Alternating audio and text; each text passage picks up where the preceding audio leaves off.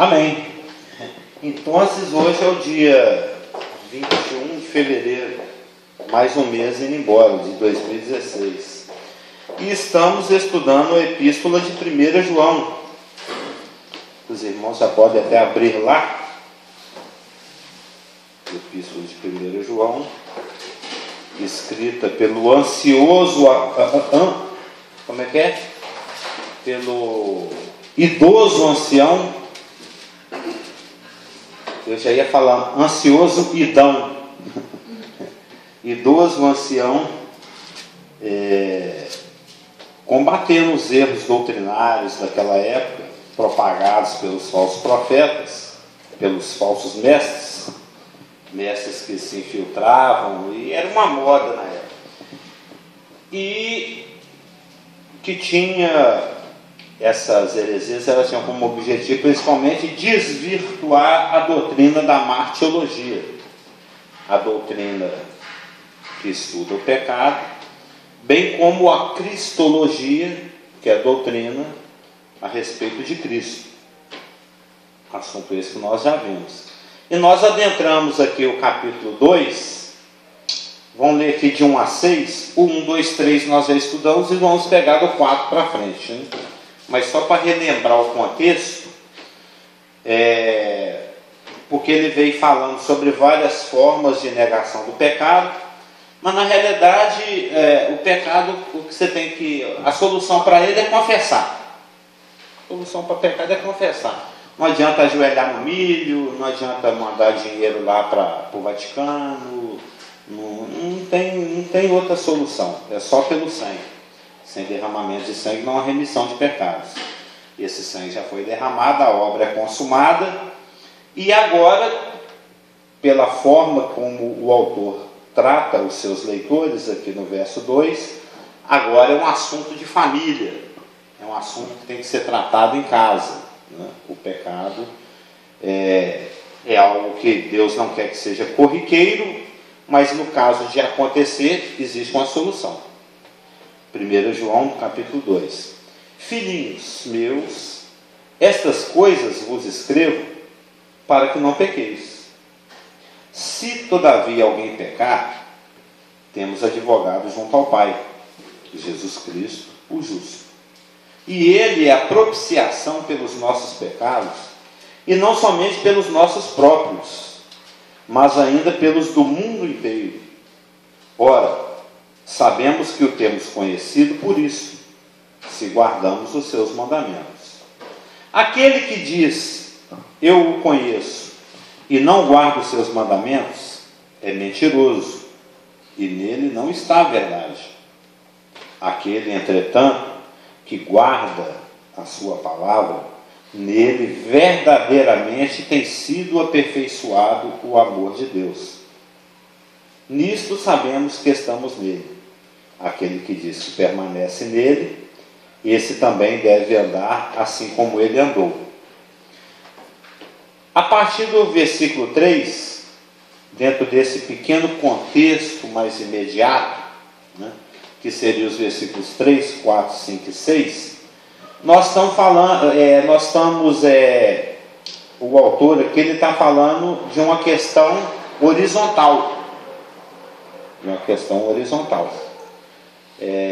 Nós já conhecemos através de todo o escopo, né, de toda a Escritura, a suficiência da obra consumada.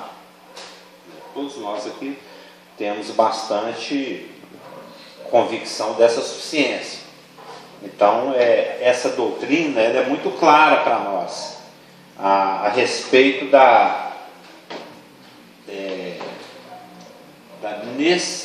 de não ser necessário que se acrescente ou que se tire qualquer coisa dessa obra. Então, evidentemente, pelo estudo claro das Escrituras a respeito da salvação, não há nada que se acrescente, não há nada que seja necessário para dar manutenção à salvação. Isso é muito claro para todos nós. E esses textos, assim como alguns outros que existem nas Escrituras, alguns poucos textos, aqui mesmo em 1 João tem alguns outros, existem em Hebreus também. Normalmente são textos dentro das epístolas chamadas epístolas universais, que tem as cartas paulinas, onde o ensino é muito claro e consistente e óbvio a respeito de salvação e a respeito de obras preparadas de antemão. Mas quando você chega nas cartas universais, como são chamadas, né? Que começa aí a partir de Hebreus, Tiago, as cartas de Pedro, as cartas de João, Judas, são cartas um pouco mais gerais. São cartas que têm como público-alvo não apenas os nascidos de novo. As cartas de Paulo, elas são praticamente todos as cartas e os seus contextos, elas têm como objetivo o nascido de novo.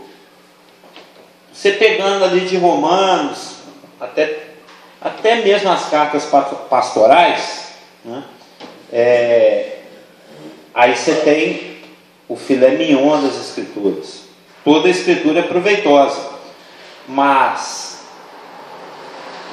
saindo das cartas dos livros históricos, dos livros do Velho Testamento, que falavam a coisa ainda meio que em sombra, né? Ainda se aguardava o cumprimento de profecias, a consumação da obra de Cristo, a concretização do cânon, né? Que as Escrituras fossem terminadas de serem reveladas.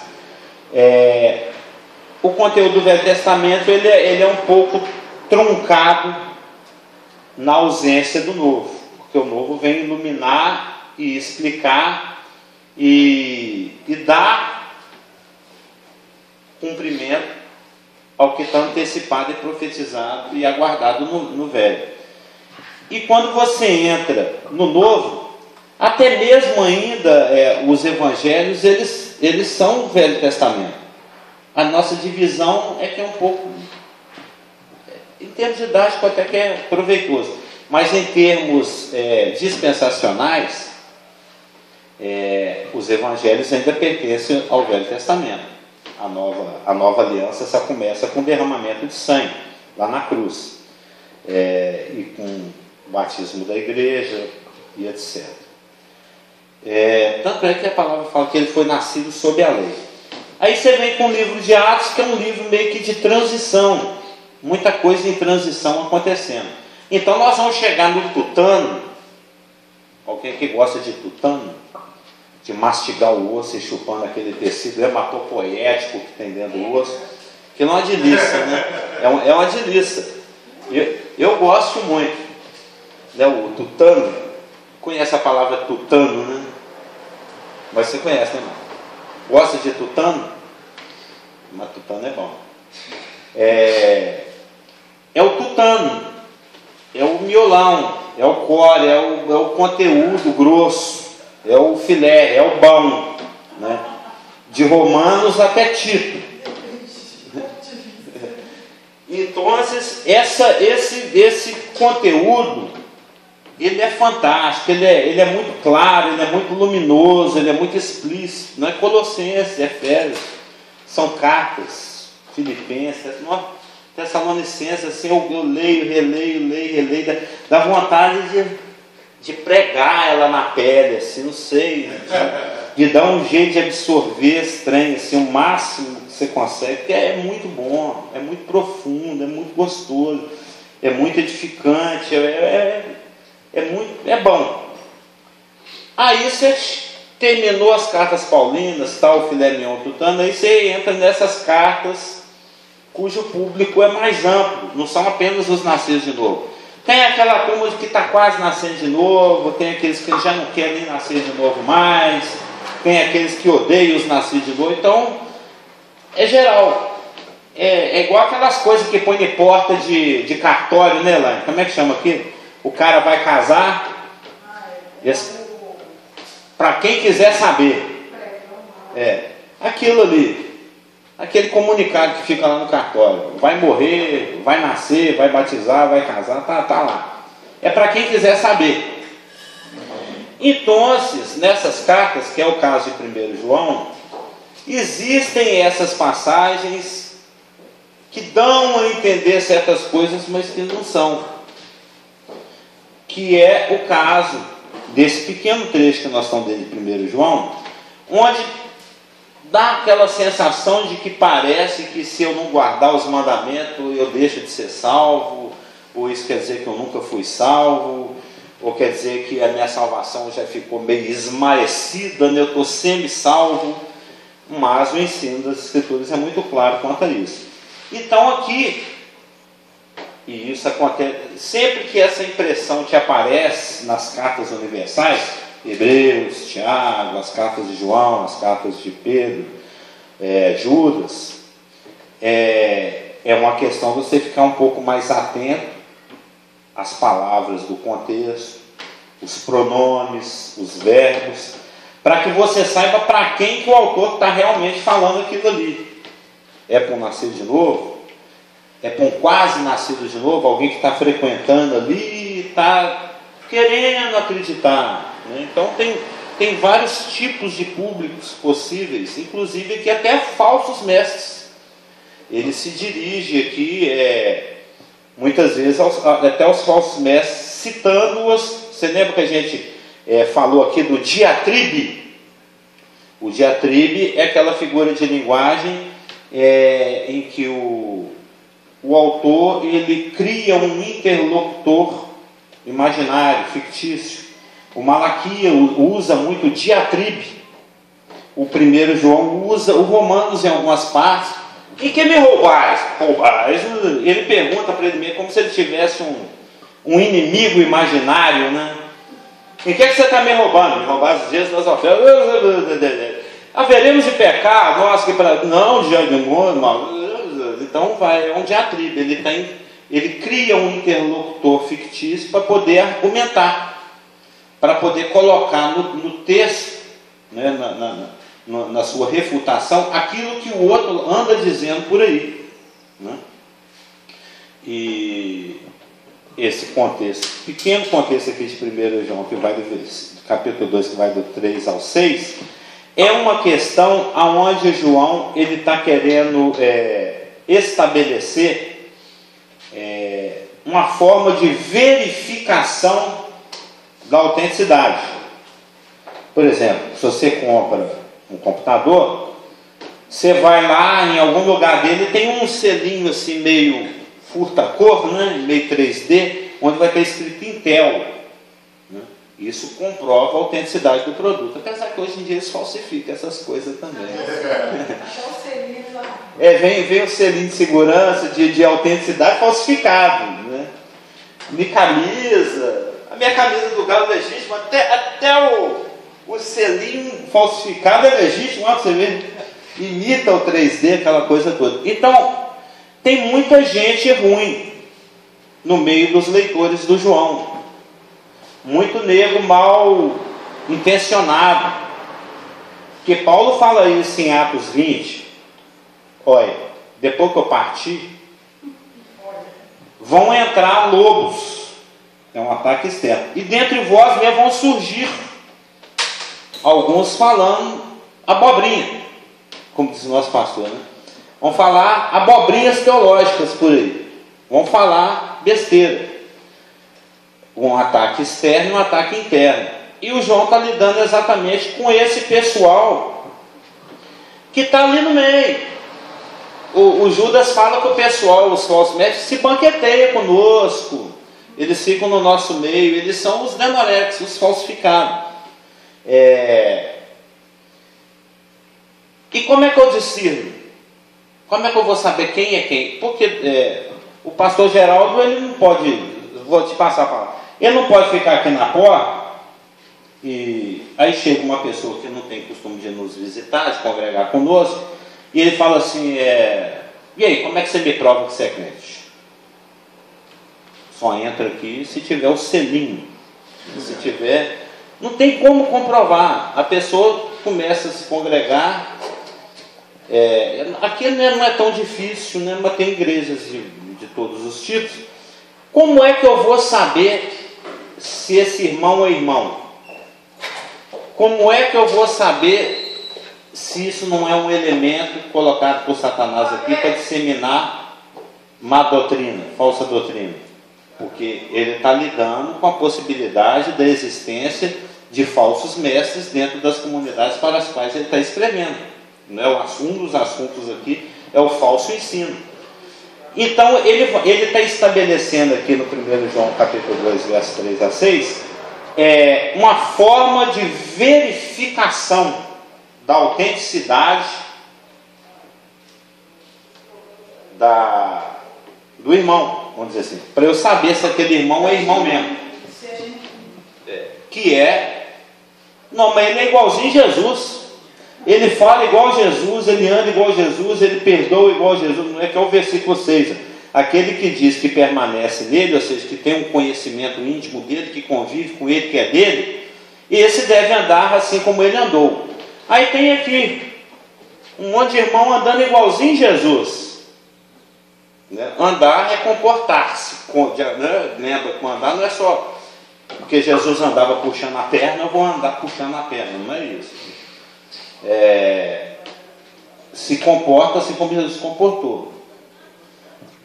E já o Paulo ele fala em uma outra carta, não, que é o João, né? O Paulo fala em uma outra carta, fica esperto e fica de olho. Aqueles que andam dissolutamente, não mexe com eles, não deixa eles para lá. A Elaine quer falar algo ali. Mas na hora que você falou da questão do alerta que ele deu sobre a questão dos lobos, você falou que foi o Paulo, né? É lá em Atos 20. Aí me surgiu a dúvida, porque eu não lembro, porque a gente, nesse nosso contexto de 1 João, quando ele começa a falar filhinhos, ele está alertando aqueles que são os novos convertidos, realmente nascidos de novo. Sim. Aí, eu sei que você já deve ter falado sobre isso, tá? Eu realmente não estou lembrado agora. Quando ele fez esse contexto, não era porque tinha pessoas lá dentro dessa igreja que ele mandou a carta, não. Era por causa do ensino gnóstico fora, não é? Na realidade, essa carta não é para uma igreja específica. Igual eu falei, ela é uma carta universal. É a que prega lá na porta do cartório. Ela é pública. Que dá publicidade. Mas não estava acontecendo assim especificamente ainda. Ele só estava prevendo. Quando você falou no começo, porque na hora que você falou aí do negócio do lobo. O lobo é o ataque externo, o falso ensino é o ataque interno. Surgirão do meio de vós pessoas falando abobrinha. São pessoas que nunca nasceram de novo, mas já congregam com a gente aqui há uns 5 anos e começou a falar besteira. Começou a falar, não, Jesus na realidade era um fantasma. E vocês podem pecar à vontade, porque o pecado não afeta a nossa comunhão com Deus. Porque o que importa é o conhecimento, não é a comunhão.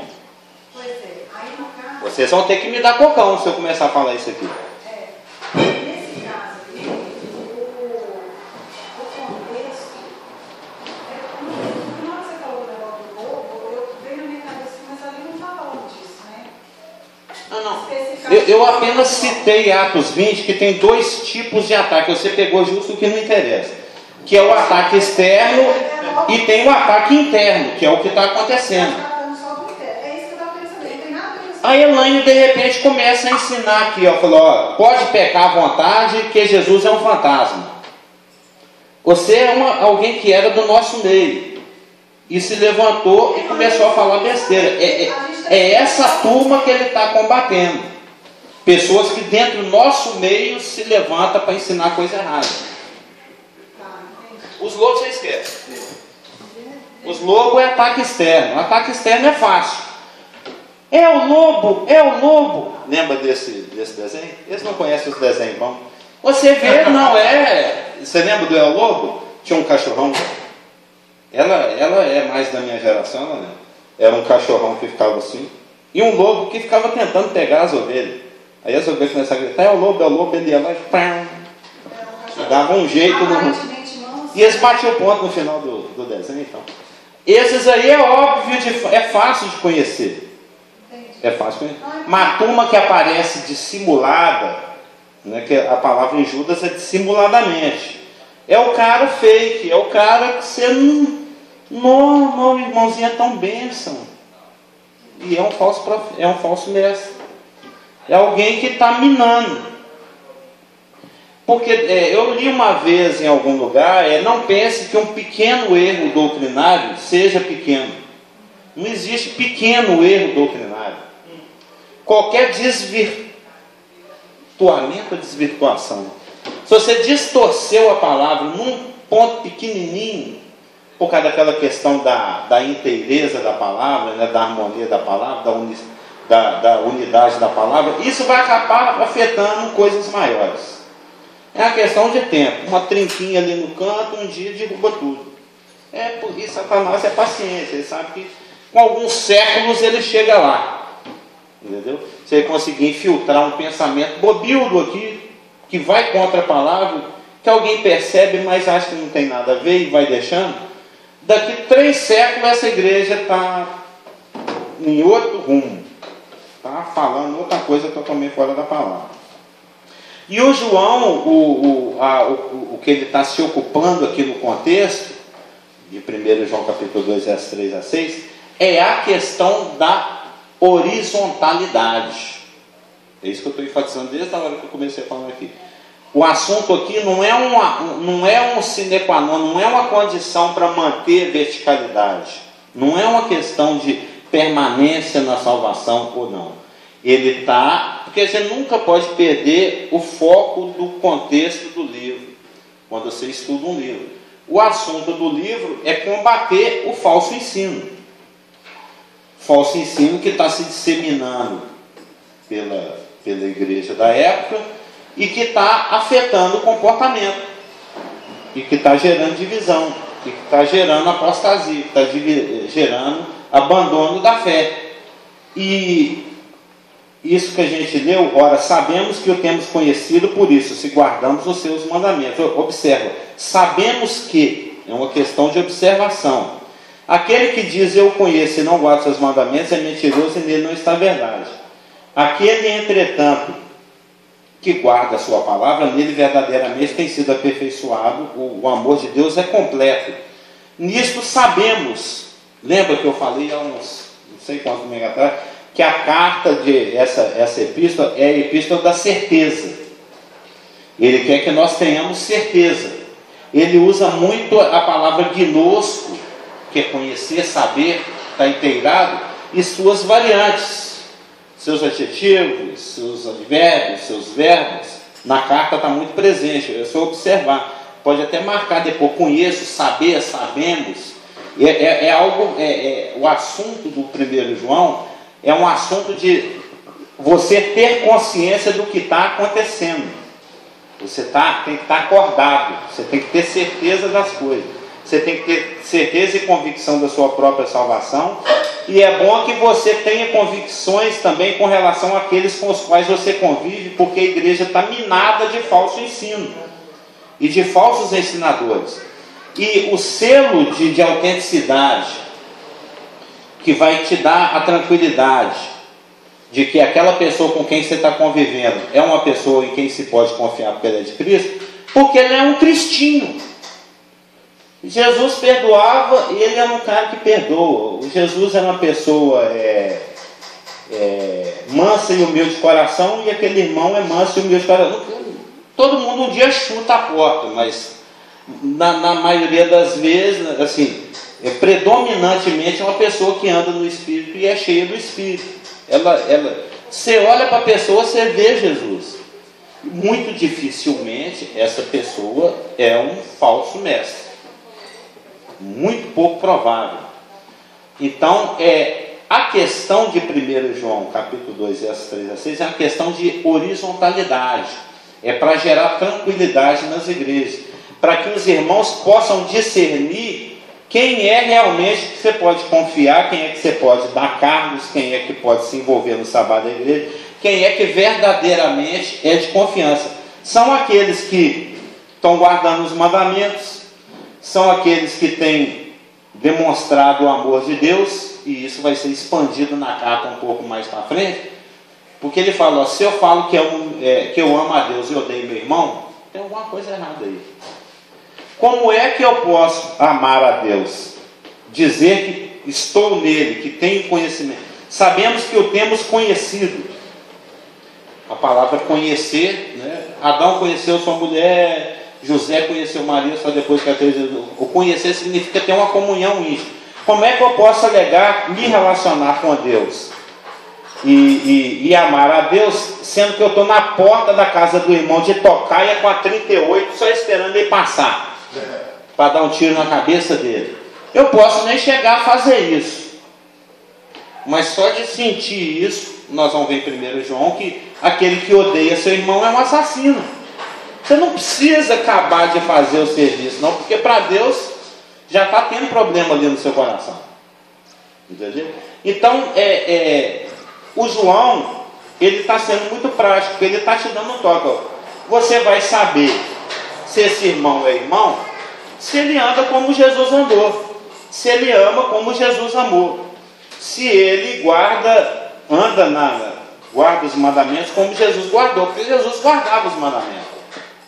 Ele não matava, não roubava, não cobiçava a moeda do próximo, etc. Ele era a lei, o cumprimento da lei em cima. Então, aquele que diz, verso 4 especificamente, que é o nosso versículo, né? Aquele que diz, eu o conheço, e não guarda os seus mandamentos, é mentiroso e nele não está a verdade. Isso é óbvio até para nós.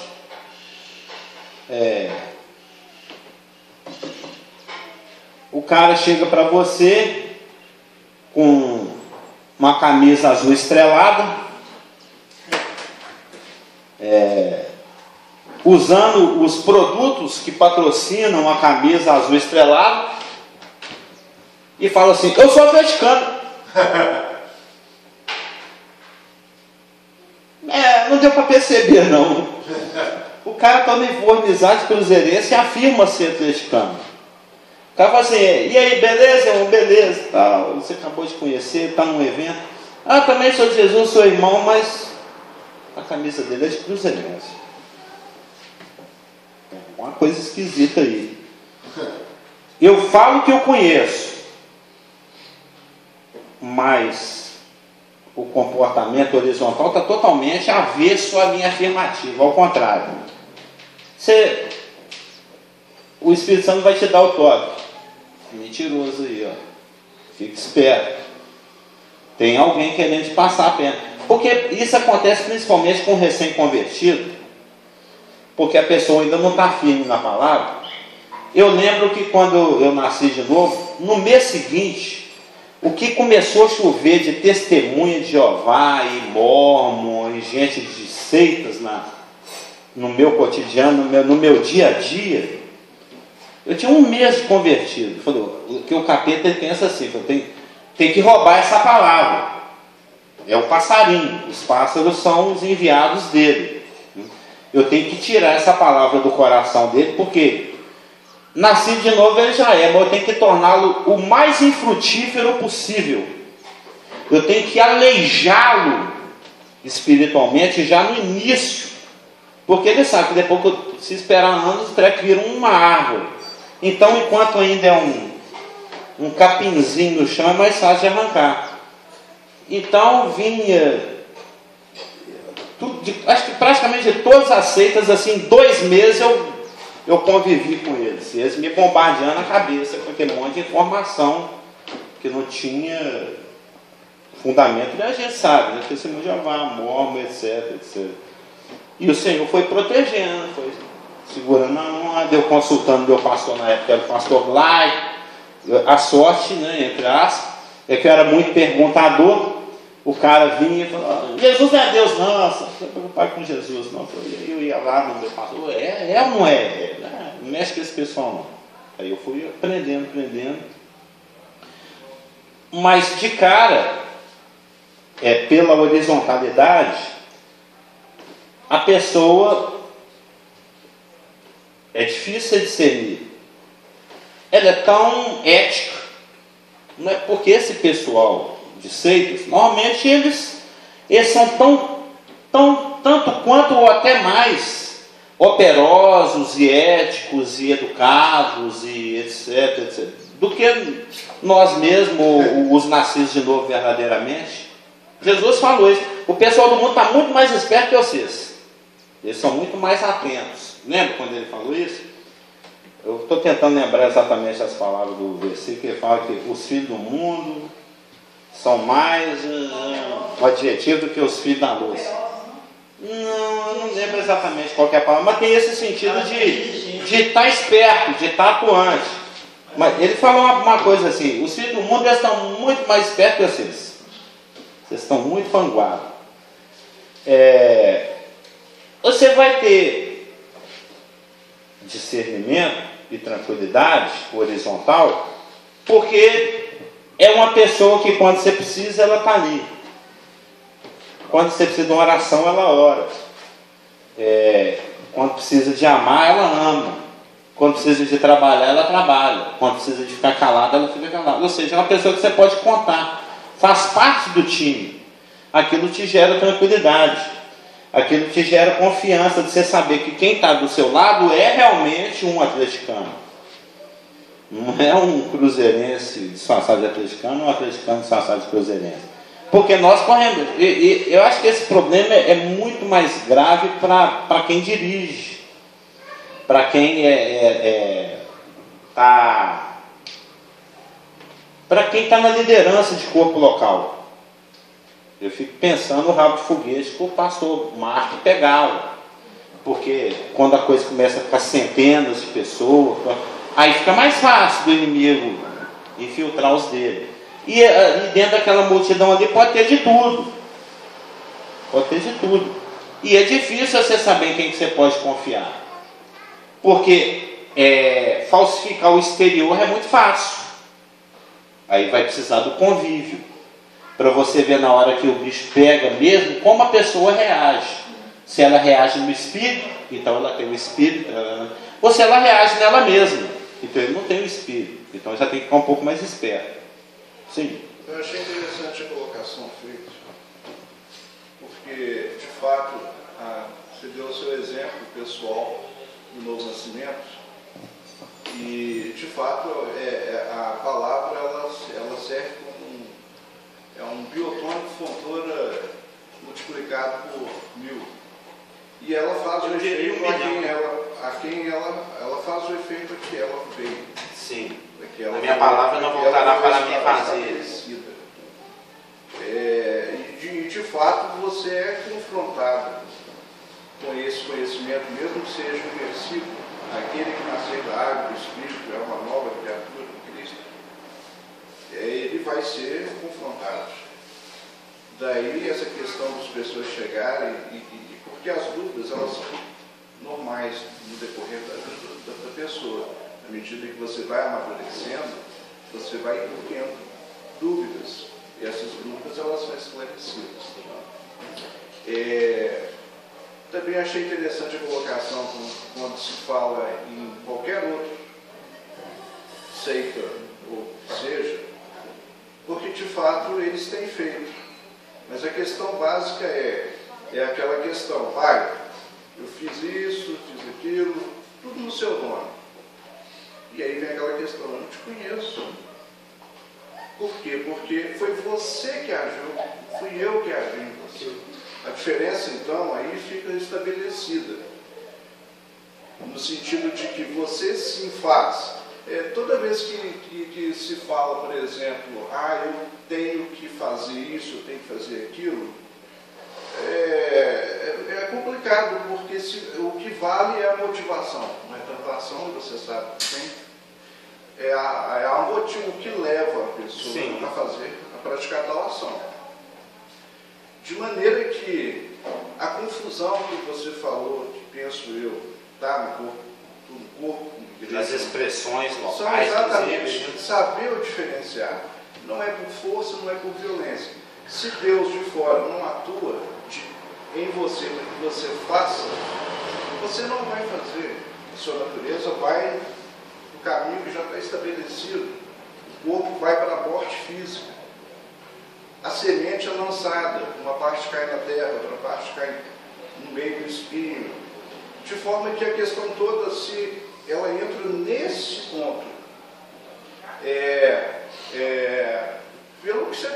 pelo mesmo que você falou, tem que guardar, tem que fazer, tem que acontecer. A pergunta que eu tenho feito para mim toda vez agora que eu faço uma ação é: o que o senhor quer? Porque eu penso no Senhor que o que está escrito é isso que o senhor quer, mas de fato é. Porque o resultado virá, e o resultado pode ser bom, mas não totalmente bom. Ele pode piorar a situação ao invés de melhorar. Então a questão do ponto que eu tenho percebido nesses últimos tempos no meu ponto de vista, é essa questão. É essa questão. Eles querem fazer e eles fazem bem feito. Eles têm de fato uma ética. E eles são mais prudentes dentro da natureza e dentro da liberdade. Dentro da liberdade que eles têm, eles são prudentes. De fato, há uma guerra, e essa guerra é estabelecida entre o que é divino e aquilo que não é divino. E daí essa questão toda. Então essa questão de, às vezes, fazer uma comparação com alguém que faz por ética, de repente assusta, porque a pessoa pensa, então tem que fazer também, ele está fazendo, ele está tendo fruto, mesmo que seja desvirtuado, mas está tendo fruto.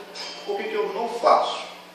Exatamente, você não faz porque não é o momento e não é aquilo que Deus quer. Ou o momento, a forma.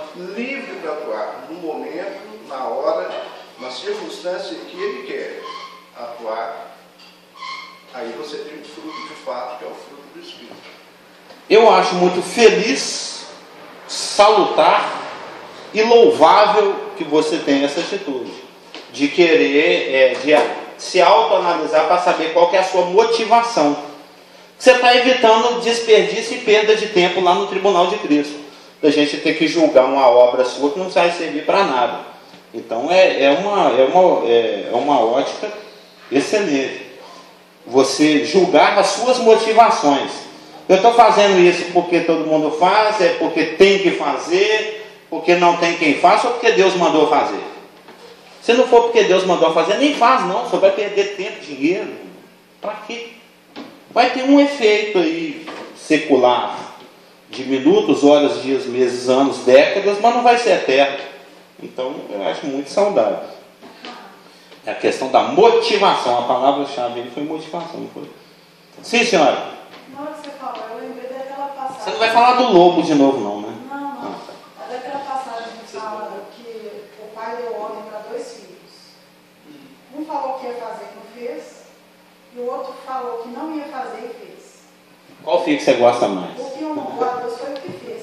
Sim. Então, tem um equilíbrio entre entender a nossa motivação, porque às vezes o nosso corpo natural não vai querer fazer, mas uma obediência dentro de casa é louvável para Deus.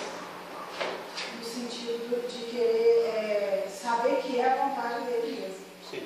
Porque a gente nunca vai querer fazer o que está assim, um homem natural. Porque aquele rapazinho lá naquele texto, ele estava assim, não vai fazer isso não, chutando as pedras, não, depois do constrangimento ele foi lá e fez. Então ele naturalmente não queria. Mas em obediência ele foi eu que fez. O que importa é que está aqui o negócio, né? Foi feito. Na realidade, esse exatamente o entendimento. Deus ele fez nele, atuou dele. Sim, a motivação. Motivado pelo Espírito ou por mim mesmo? Exatamente. Houve um arrependimento pelo Espírito. Sim. Então, nesse momento que a abertura foi feita, ele teve o caminho aberto para fazer e ele fez. O outro falou, mas falou superficialmente. Na realidade, pelo que parece, ele só automaticamente, o senhor vai trabalhar, vou. Não foi. O outro a situação do outro foi realmente diferente. Ele foi chacoalhado, ele foi mexido. Ele falou que ia. Que aliás, que não ia, não é isso? Ele não ia. Aí houve um baque. E acho que, inclusive, penso que Jesus Cristo queria exatamente colocar essa abertura para eles que estavam ouvindo. E esse ponto, não é você que está fazendo o que você fez. Ele, de fato, fez em você. Jesus Cristo, penso, viveu pela fé com nós o tempo todo. Sim. Ele sabia tanto. Se ele não estivesse vivendo pela fé, ele não estaria agradando a Deus. E ele fez pelo Espírito, através do Espírito. Né? O Espírito atuou nele, ele deu abertura para o Espírito atuar. Até aquele momento que ele fala, quando que vai ser o fim? Eu não sei, só o Pai sabe. Ele ainda continua com a convicção no Espírito. O Pai vai realizar na hora que ele quiser, no momento que ele quiser, ele vai ser feito. Eu vou agora citar o versículo que você citou, Gurinha, mesmo, sem citar, porque já estava programado para ser citado. Resumindo, mais ou menos, aquele que professa estar familiarizado com o Salvador, com Cristo, que é o sentido de conhecer, né? Aquele que diz que o conhece, é aquele que está familiarizado, aquele que tem intimidade, aquele que sabe qual que é. Aquele que professa estar familiarizado com Cristo, ou que professa ser um cristão, mas não ama o irmão, por exemplo, João 15:12 manda amar, e nem vive uma vida de obediência, é um impostor da ótica divina. E aqui fala, aquele que diz eu o conheço e não guarda os seus mandamentos é mentiroso. É mentiroso, é um impostor. Faz uma falsa profissão de fé. Está mentindo horizontalmente. O que eu mais estou enfatizando aqui é que é uma questão horizontal. Aquele que diz eu conheço e não guarda os seus mandamentos é mentiroso. Ele está mentindo horizontalmente. Ele está querendo convencer as pessoas de que ele é algo que ele não é. Ainda que ele pareça muito ser, mas não é. Ele está mentindo horizontalmente. Professa ter aquilo que ele realmente não tem. Professa ser aquilo que ele não é, realmente não é. Corre o risco de algum dia ouvir do Senhor, que você citou sem citar, nunca vos conheci, apartai-vos de mim, vós que praticais a iniquidade. Se bem que também nessa passagem, Mateus 7:23. Você está puxando. Há uma lei, porque se a gente for olhar com vistas ao Velho Testamento, não, nós estamos era olho por olho, dente por dente. Então você tinha que perdoar. No caso de Jesus Cristo, cai mais ou menos na história do rico que foi trabalhar e não foi. Ele perdoa, mas se você for olhar por um prisma, por uma linha, de fato você não perdoa, porque a sua carne é inimizade contra Deus. E você não perdoa, humanamente falando, não. Você de repente põe uma cobertura, ou finge ou não lembra. Porque vira e mexe, tanto é que, querendo ou não, num momento ou outro, essa lembrança acaba voltando. De alguma forma, daquele pisar, do calo. Você tem uma questão de natureza que não permite, é totalmente avessa ao que Deus quer e coloca, que é o perdoar. E aí ele, novamente enfatizando, você perdoa, mas porque de fora para dentro. Então você perdoa ou pelo... Você só perdoa mesmo se for pelo Espírito. Só pelo Espírito. Só pelo Espírito. Sem mim nada podeis fazer. Sem mim nada podeis fazer. Mas quando Cristo fala com essa pessoa, que eu estou falando, que ele corre o risco de ouvir isso de Cristo, nunca vos conheci, é porque ele não era nascido de novo. Eu nunca te conheci, porque aquele que se une ao Senhor é um só Espírito com ele. Por outro lado, aí vem o verso 5 e 6. Porque foi colocado um padrão no 3. Eu conheço, se eu conheço, eu guardo. Eu obedeço, eu vivo. Se eu não conheço e digo que conheço, eu sou mentiroso, eu sou fake, eu sou impostor, eu estou fingindo de crente aqui. Aí vem o contraponto do 4, que é aquele que diz que é, mas não é, que é aquele que é e é, que é o 5 e o 6. Aquele, entretanto, que guarda a sua palavra, nele verdadeiramente tem sido aperfeiçoado o amor de Deus. Eu detesto essa palavra, perfeição, aperfeiçoado e perfeito na Bíblia. Tem que ser maduro, amadurecer, completar, ficar completo. Porque para nós, sei lá, o ocidental ou o brasileiro, o conceito de perfeito ele é muito distorcido. E o original é qual palavra? Telém. O bom e velho teleio. Teleio significa estar completo, é bem melhor. Eu lembro que o pastor Mark, ele ficava invocado com as orações do Telmo Vilela, que o Vilela falava assim, que o Senhor nos mantenha na mais perfeita paz. E o pastor Mark falava, não existe isso. Porque não existe, mas existe. Caso venha a existir, porque se não vier a existir, não existe. E nem pode. E é por isso que a palavra é bombástica. Uma vez que você, por isso que a palavra fala, se você ouve e não pratica, se você ouve e não pratica, ou de fato... É uma questão de no espírito ou não. Oi. Por isso que a palavra tem esse ponto, né? Aquele que ouve e pratica, ou na realidade deveria ser, aquele que ouve e de mim pratica, é melhor do que aquele que não sabe, porque era melhor então você não saber. Sim.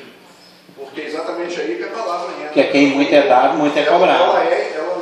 Quando a palavra entra, esse é um pensamento também que eu tenho tido há poucos tempos. De fato, a palavra ela cumpre o seu papel na sua integridade, independente de se Você leu Isaías esses dias? Ele entra, a palavra entra, e ela é a semente. Sim. Ela é que é o seu norte. É o seu... Sim, sempre. E ela é que faz. Então, de repente, você superficialmente pode não querer distorcer, como é o caso que tem acontecido aí em outras várias situações. Posso até me dar sinal ali. Okay. Mas essa questão da motivação é sine qua non. Isso é básico. Você acabou? Você fez um sinal de quem estender? Mas resumindo o resumo. Amor e obediência são partes da mesma coisa. Porque o obedecer, ele se divide em duas ações. O obedecer, o guardar o mandamento. Amar e andar de acordo com o que ele andou. Amar. E as duas coisas são partes da mesma coisa. Porque amor sem obediência é incompleto. Aquele que guarda a sua palavra, nele verdadeiramente tem completo o amor de Deus. Então, se você ama, mas não obedece, o seu amor é defectivo. E por isso ele fala, amai aos irmãos como eu vos amo, não como você se ama. Que é o mandamento dele. Que é a palavra. Novo mandamento, eu vos dou. Não tinha época que a gente cantava isso? Sim. E a obediência sem amor é inócua, é inútil. Lembra lá do 1 Coríntios 13? Ainda que eu ponho fogo no meu corpo, dou meus bens, falo todas as línguas, é bem. É um sino batendo inutilmente, não é? Obedecer sem amor, que é isso tudo que ele acabou de falar aí, é inócuo, sou eu, é o meu amor, não tem efeito eterno, é inútil. Paulo falou, eu vou gastar meu dia todo à toa, eu vou pôr fogo em mim mesmo à toa, eu vou falar um monte de coisa à toa, operar, fazer acontecer à toa, porque eu não estou motivado pelo amor. Então amor sem obediência é inócuo, obediência sem amor é defectivo, não tem como, uma coisa completa a outra, ok? Semana que vem a gente entra dentro de um outro microcontexto que vai do 7 ao 11, que fecha o primeiro contexto, porque tem 5 contextos. Aí nós vamos até falar dessa questão de contextos e pequenos contextos, amém? Vamos orar?